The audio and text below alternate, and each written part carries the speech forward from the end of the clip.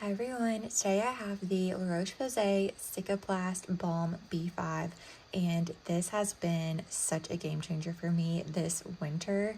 I had actually gotten this last winter and used it a bit, but I feel like I have been really using it to its full effect and have seen all of the wonderful benefits that this provides. So this is really great for dry skin, dry patches, anywhere you have any sort of like roughness or texture on your skin.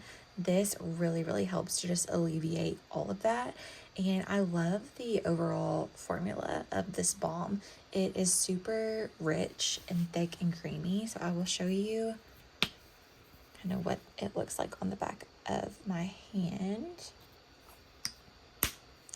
So that's what it looks like. So you can tell that it's pretty thick and it definitely doesn't absorb instantly. You do have to spend some time rubbing it in, but once you do, it really does absorb very well and spreads easily, because I do, I'll use this on my face, my arms, so it can cover a smaller area or a larger area depending on what your concerns are.